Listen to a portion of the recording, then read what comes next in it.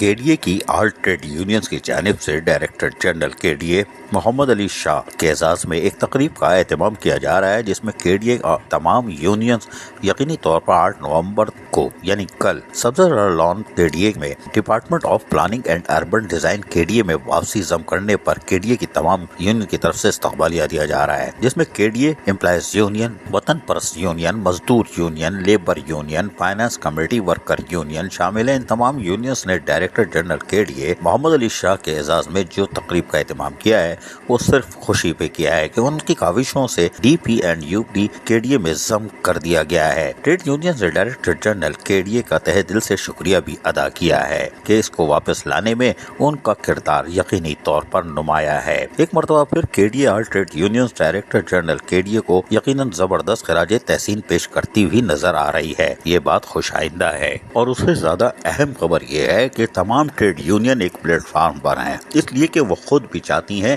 کہ KDA کی خوشحالی اور بحالی ہو، تاکہ افسران و ملازمین کی خوشحالی اور ریٹائر ملازمین کی خوشحالی ہو۔ اور یہ یقیناً کل کی تقریب جو کہ 8 نومبر کو سبزر لان KDA میں ہوگی، وہ یقینی یا سیوک سینٹر میں وہ یقینی طور پر ایک خوشگوار تبدیلی ہوگی، جہاں تمام ٹریڈ یونین اور انتظامیہ ایک پلیٹ فارم، ایک چھت کے نیچے ہوں گے، اور ایک اچھی خبر کے ساتھ۔ عزیز عارف KBS بلدیاتی نیوز کراچی۔ ایسی ہی خوبصورت ویڈیوز فیوچر میں حاصل کرنے کے لیے ریڈ بٹن پر کلک کر کے اور بیل آئیکن کو پریس کر کے ہم سب کے سبسکرائبر بننا مت بھولیے۔